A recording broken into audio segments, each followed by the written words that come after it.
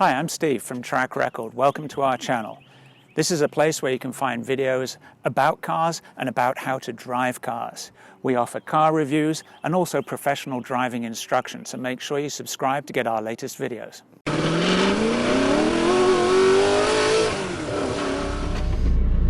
So I'm on a mission this morning. I'm going to steal a car. My friend Kevin bought a new AMG C63S this week, and it's parked in his garage, and I know he's gone away for the weekend, and I know his garage code, so I'm driving over there now, hoping against hope that he left the keys in the car, and then we can sneak it out, take it for a drive and see how it is. Sneaking out to do a bit of Grand Theft Auto means I get an excuse to drive the Elise for a little bit. I will leave it at his house, spend the day driving the AMG, and then put everything back, and nobody will be any the wiser. I'm so pleased with myself. He's gonna kill me. So here we are. Let's see if this code works. And there we have it. C63S. Nice bit of carbon fiber trim. So let's see if, oh, the window's open.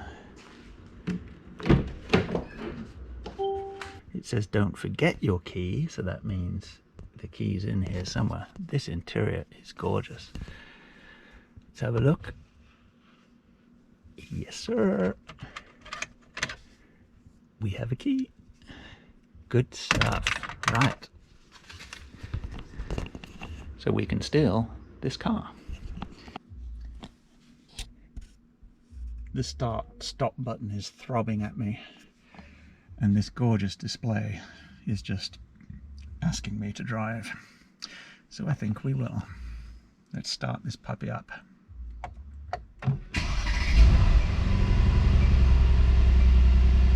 Wow.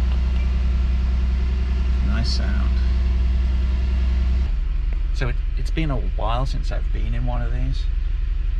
I can't find the gear change. It's hiding behind the steering wheel. There we have it. So I guess we just put it in reverse. The cameras come up. We get the nice overhead view in the garage, and we're out of here. Right position, but we are good to go. We are fleeing the scene of the crime, and we are going to take this home, and then we're going to figure out what we're going to do for the day. So me being me, we've put this car in Sport Plus, because the AMGs are known to make a gorgeous noise. When you put them in Sport Plus, it's got one of these adaptive exhausts that you can change the noise on. Now, I'm going to talk about this right away. There's been a lot of criticism of this car when they brought this model out, when they did the change in 2019, that they took away some of the aggressiveness of the exhaust. And I remember having driven probably I think it was a 17 or an 18 AMG. I actually drove a number of them, and I'll explain that in a bit. The cackle coming from the exhaust when you came off throttle was incredible, and apparently on these cars it's been muted somewhat because it was very antisocial. So let's see. Yeah, it's not there. It still makes a glorious noise though, and I think a lot of these cackles and pops that are programmed into performance cars these days are a little bit artificial and silly. They're fun for a while, but it just gets boring, and I really think if you haven't driven one of the others and you come to this, you're going to think it's fantastic and you're not going to miss it. So I'm actually going to move this out of Sport Plus because the suspension is really, really hard. Let's put it in comfort for a little bit. And there's this little dial on the steering wheel, which I'll show you later, where you can adjust the ride settings. Yeah, that's a lot better. Sport Plus was doing damage to my dental work. So there is a fair amount of noise in here, and that may just be from the tyres. But you definitely hear the engine, and there's a fair amount of poke in this car. So this is the 63S, which has a slightly more powerful engine than the regular C63, as if it needed it. So yeah, this is a very nice place to be. There's actually a rattle in here, which is a little annoying on a car of this price. Maybe it's just something loose sitting down there. We're pulling onto the highway. Let's see what the merging power of this car is. Wow. Well, it gets up to speed nicely. You're not going to worry about merging into traffic on the highway, I'll tell you that. So this is even in comfort mode. It's got a really nice kick down, and it's got an 8-speed transmission. No, 9-speed. I guess that's the gear I'm in. 9 gears. That's a lot of gears. It's going to take me forever playing with this to figure out what this car has, because I'm sure it's got a ton of technology and doodads. It's got lots of doodads. Visibility is great in this car. And there is a lot of carbon fibre on the inside to look at. A very nice analog clock. These seats are so nice. He's gone with the perforated leather, which means they're heated and cooled. Very, very supportive, and I am assuming extremely adjustable. Memory controls, usual place with a BMW on the door. I said BMW, it's a Mercedes. I've got to be careful about plod, because it's very easy to exceed the speed limit in this car without really realising it. It's very smooth. In comfort mode, it's extremely smooth. Oh, and there they are. Hello, officer. So that was a little bit prescient of me. Didn't get arrested. Try explaining why I have somebody else's car and that somebody else doesn't know I have their car. That would not go down well. I wonder what race mode does. Oh, it's immediately louder. It's louder than Sport Plus. I think that may be just because it changed down a gear. So it's holding me in 5th at the moment.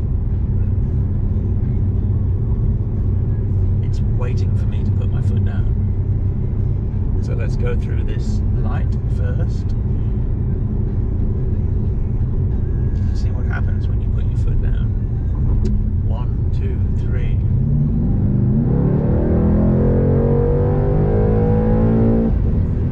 Yeah, you go quite fast and you go quite loud, and still no pops and bangs from the exhaust. Let's go back to comfort. It's also got a slippery mode. Oh, it says power reduced. That's boring. I don't think we need slippery in Arizona. Let's go back to comfort. I know I'm boring. So every time you change the setting on this little dial on the steering wheel, the key elements pop up on the center screen to tell you what you've actually set it at. So I'm putting this on comfort, tells me moderate engine, comfort, suspension, balanced exhaust. There is actually a button down here if you want a noisy antisocial exhaust all the time. So let's press that. Now we've got powerful exhaust, it says. Now this gauge cluster, I am assuming, is fully customizable. It's really nice to look at. Now there's another dial on the left of the steering wheel. Let's there's another button to change the exhaust. So there's 3 different ways of changing the exhaust noise on this. They all do the same thing. So you can either do it by doing the drive setting with this button on the right, you can press this button on the left, which will do just the exhaust, or you can press the button on the dash to do the exhaust. Why do they have 3 buttons to do the same thing? I suppose because they can. You know, I've never been a Mercedes-Benz fan.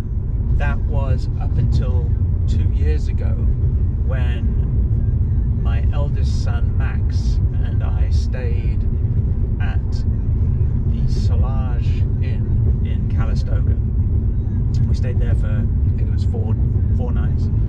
But they have this program where they have AMG cars sitting out in front of the hotel. It's a promo they do.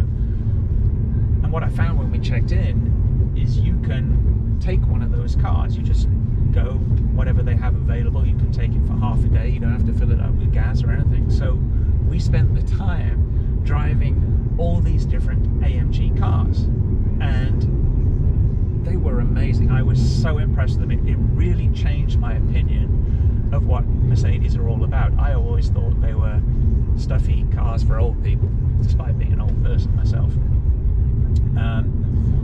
No, so we drove the GTC, the convertible, and that was spectacular. And the sound it made in Sport Plus was amazing.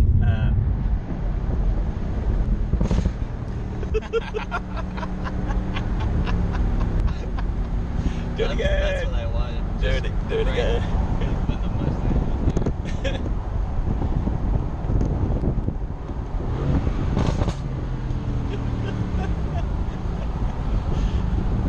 The one that it actually impressed me the most was the S550. So that's a big, heavy car, and we drove it up and over Howell Mountain, and it handled like a sports car. It was unbelievable. I think Calistoga Ranch does the same thing as well. But check that out if you're ever in the region. Hello. I stole this one.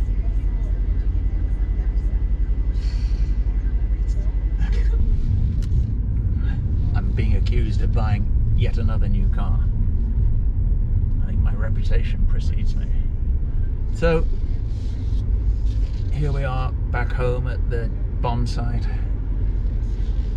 Worst thing is, I'm gonna have to wash this car at the end of the day because it's so dirty and dusty here. That sucks. Anyway, so here I am with Kevin's brand new 2020 AMG C63S, and what a great car it is. And I have to let you into a secret. He actually did know that I had it today. He offered it to me, and he's had it a couple of days, so I have to really thank him, and it's a big shout out to Kevin for letting me drive his car today.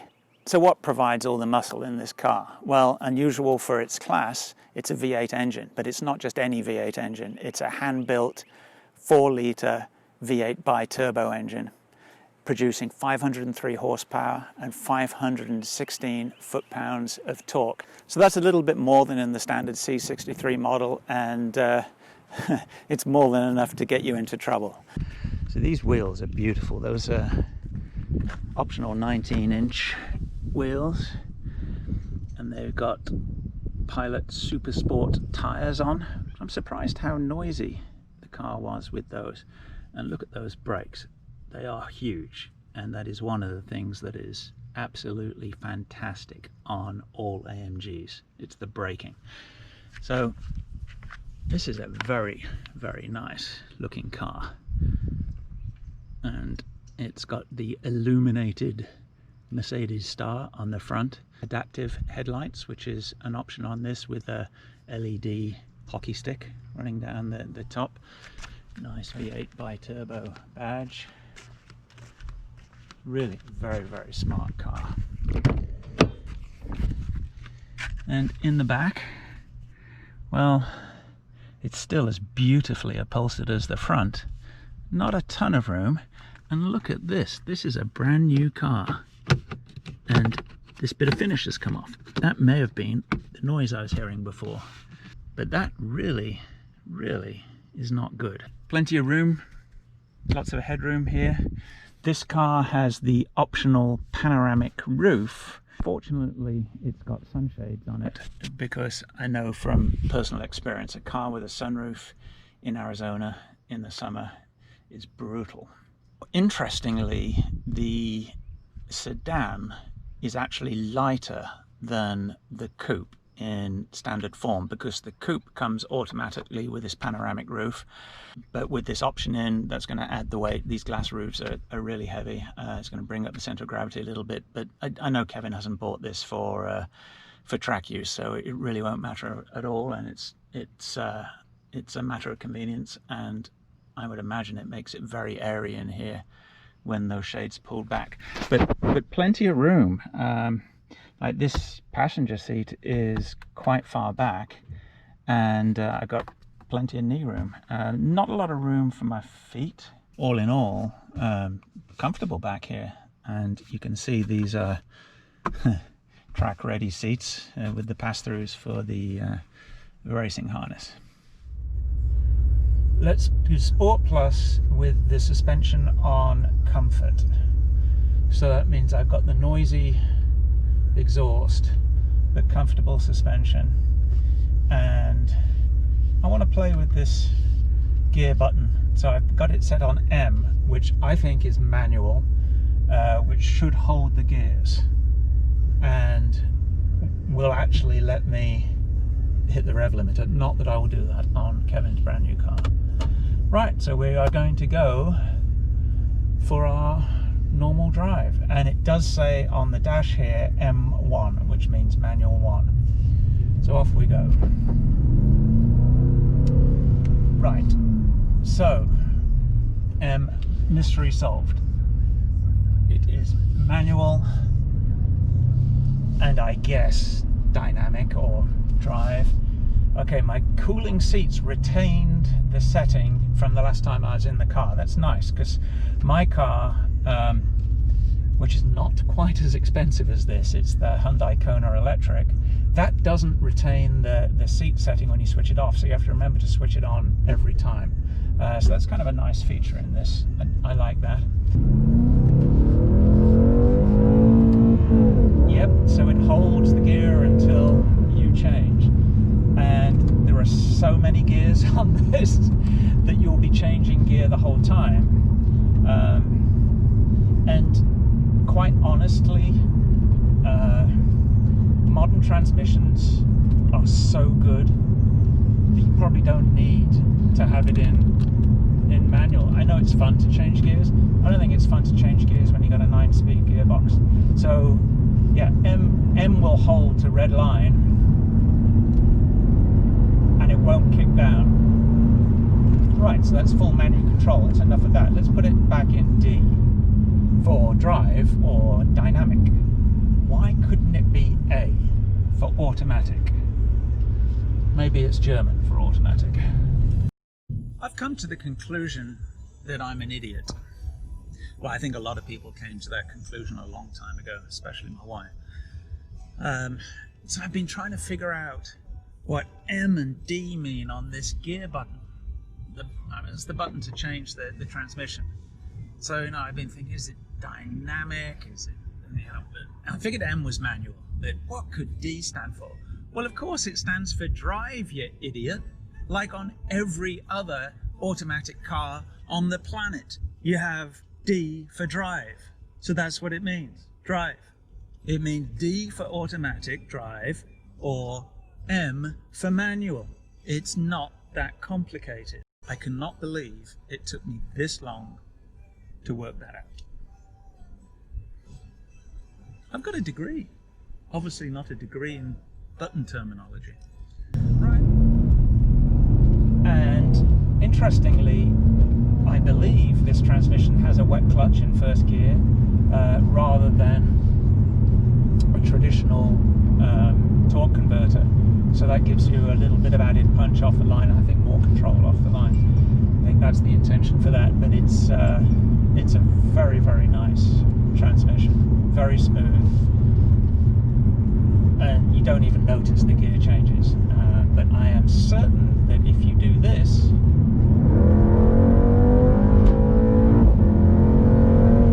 you do notice the gear changes. So we were doing like 55, honest officer, and it changed down from 7 to 3 and gave instant acceleration. And that's the great thing about having this amount of torque in the engine as well. You can really accelerate while you're moving.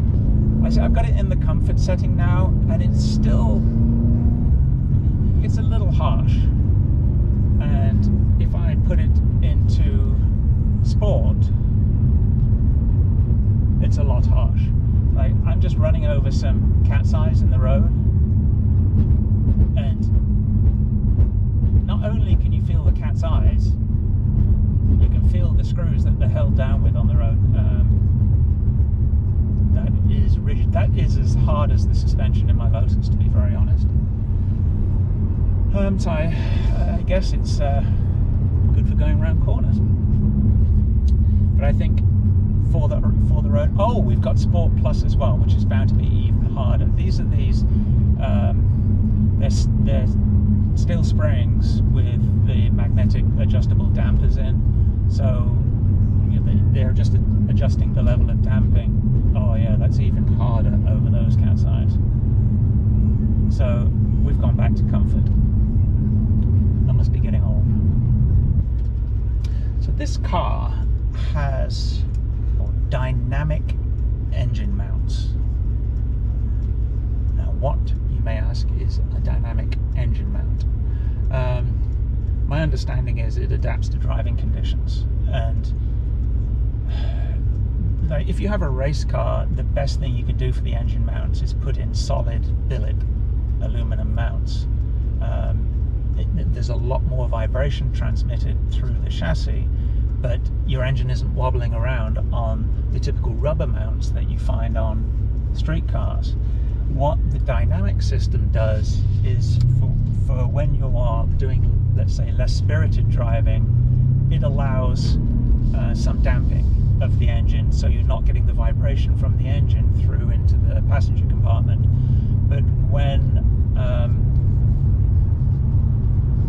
you are driving faster and harder, those mounts will stiffen up and they will stop the mass of the engine from upsetting the handling of the car. It's a pretty neat system. This car is also fitted with electronic limited slip differential, or an e-diff.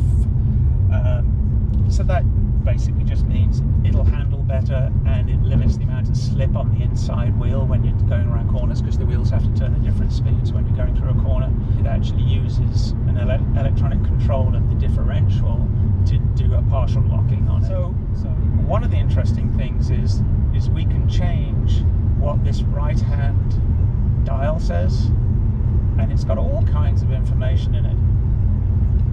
What do I have in? I don't want boost. G, gears, the map of the world. All right, so I've got my navigation in there, so it's showing me where I'm going. That's kind of nice. So at the moment, I've got speedo, radio in the middle, and then the map on the right hand side. And then I can just switch it to whatever other screen I want, like which shows consumption, average consumption. I've done 22 miles today with an average of 12 miles per gallon. It is firmer than I was anticipating. And it's a performance car, so you've got to expect that. But I would have thought that they would have softened it up quite a lot more in the comfort setting. Because, quite honestly, most people that buy this car are not buying it for the racetrack. They're going to be driving around streets like this. And I think living with this on a daily basis, that might get a little tiresome. This is a very nice steering wheel. It feels very, very nice. The steering is very, very communicative. It's electromechanical steering, which means it's electrically assisted. But it's got a variable ratio on it as well, so at low speeds it's very easy to turn the wheel, but at higher speeds tightens up, and you don't have to move the wheel as much for the same amount of turns, so it gives you a lot more control at high speeds, and it doesn't feel artificial. It's a very, very nice wheel, and the paddles to change gears are they're nice solid paddles and very well placed. Now, I know this car has front collision avoidance, but I don't see any buttons anywhere for active lane keeping, which my car has. So I have a feeling that's an option, and it's probably not on this car. And they do have some degree of self-driving or autonomous driving available on the C63 AMG, but I don't think that this car has it. It looks like it has everything else. This is a nicely optioned car, I think is the phrase. I know these performance seats are an option, and they're very worthwhile. And there's other things like the track pace is an option. The illuminated Mercedes sign on the front is an option. I think the adaptive lighting is optional. The button doodads on the bottom of the wheel, those are options. The carbon fibre is an option. Lots of options. But the track pace looks very interesting.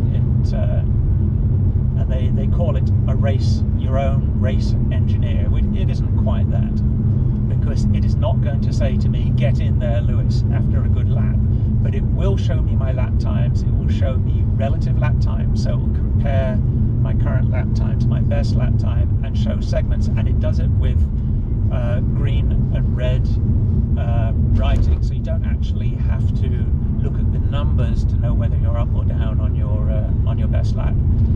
So it's a nice feature, and I look forward to trying it out. What it will also show is a track map in the display here. It shows the track map with where you are, and it will show you your braking points as well and what's coming up. Now, that might be good for learning a track, but quite honestly, if you're on the track, you should be having your eyes on the track and well ahead of you. Elevated vision is really important when you're driving fast on track. So if you're looking down at your beautiful display in front of you, wondering where the braking point is, pretty good chance you've already missed your braking point and you're not going to get through the corner. So I would advise looking at the track rather than looking at the display for your braking points. But this comfort setting for here is just about right, I think. I would imagine it would get us through the corners pretty quickly. I mean, we're not exactly going slowly here. This guy with the jet skis is not getting out of the way. So we just go around him. This car has got some great pickup. I mean, that was effortless, and pretty close to driving an electric car. You didn't feel the gear change, and because of the prodigious torque, that's a word my father likes to use, because of the prodigious torque, it just went. That was great. I like that. I like this car. I have a feeling Kevin is going to be stopping at the gas station quite a lot. See if I can remember what the numbers are. I think it was rated at 18 city, 27 highway. I might be wrong, which actually surprised me, given that it's a V8, and I think it's the only manufacturer that offers a V8 in a car this size at the moment. But given that it's a V8, I'm quite surprised that the consumption is that good. This is a bumpy road, and this car just absorbs everything. Everybody should get a chance to drive one of these. Right, so this car, it's in race, so that means it's probably at its most dynamic settings. Hugs the road really, really well, and I'm assuming that the stability control, traction control is set at a minimum there. I haven't gone deep into the menus. You can customize everything and put your own individual settings in. Here's that dip. Let's accelerate through it. Oh my. I love this car. There's a lot of gravel on the corner here, so Kevin will not be happy if I slide the rear end out. And here we are at the end of the road, and that's where this person was coming to. Maybe for a bit of dogging. Doesn't look like it. So we will turn around, get ahead of him in his Chevy Impala, and head on back. Get dust all over Kevin's car, but fortunately this beautiful white metallic paint does not show the dirt very much. I tell you what, I hope you can hear me over the noise of this engine.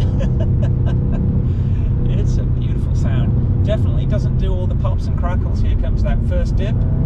Accelerate through it to lift up the front of the car and go all the way over the hill. Brake before the hill because there's a blind crest there. Come down to the second dip, slow down into it, accelerate to lift up the nose of the car and go through it. Wow, man, this is amazing. Really shouldn't be going at this kind of speed on these roads, but you can. Oh, this is giving me the willies. Oh, I love this car. I think I'm going to have to adopt Kevin. Oh my. My overall conclusions on this car, it's a fantastic driver's car.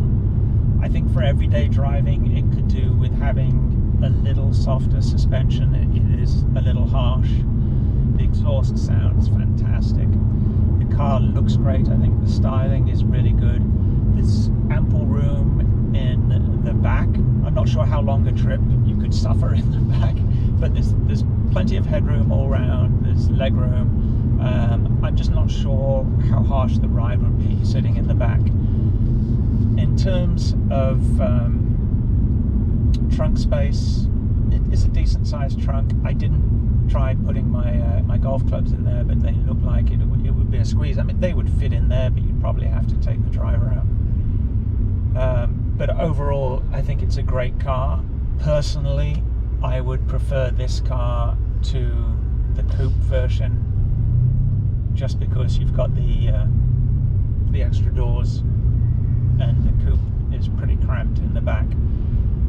And would I buy the convertible version of this? Living here, no. It's too hot in the summer for a convertible. And I actually have one or two other convertible cars. I just think this is the most practical option. It handles so well. It doesn't feel like a four-door sedan. It's a great car. And the fit and finish is amazing. It really is beautifully done. The leather is great, and the stitching is very nice. I like the carbon fiber finish. All the switchgear feels very good. It's well placed. As I said, there are a lot of redundant controls, and that's I think that's a little unnecessary. My guess is Kevin's going to be spending a lot of time here. We hope you enjoyed this video. If you'd like to learn more about cars and about how to drive cars, make sure you subscribe. See you next time.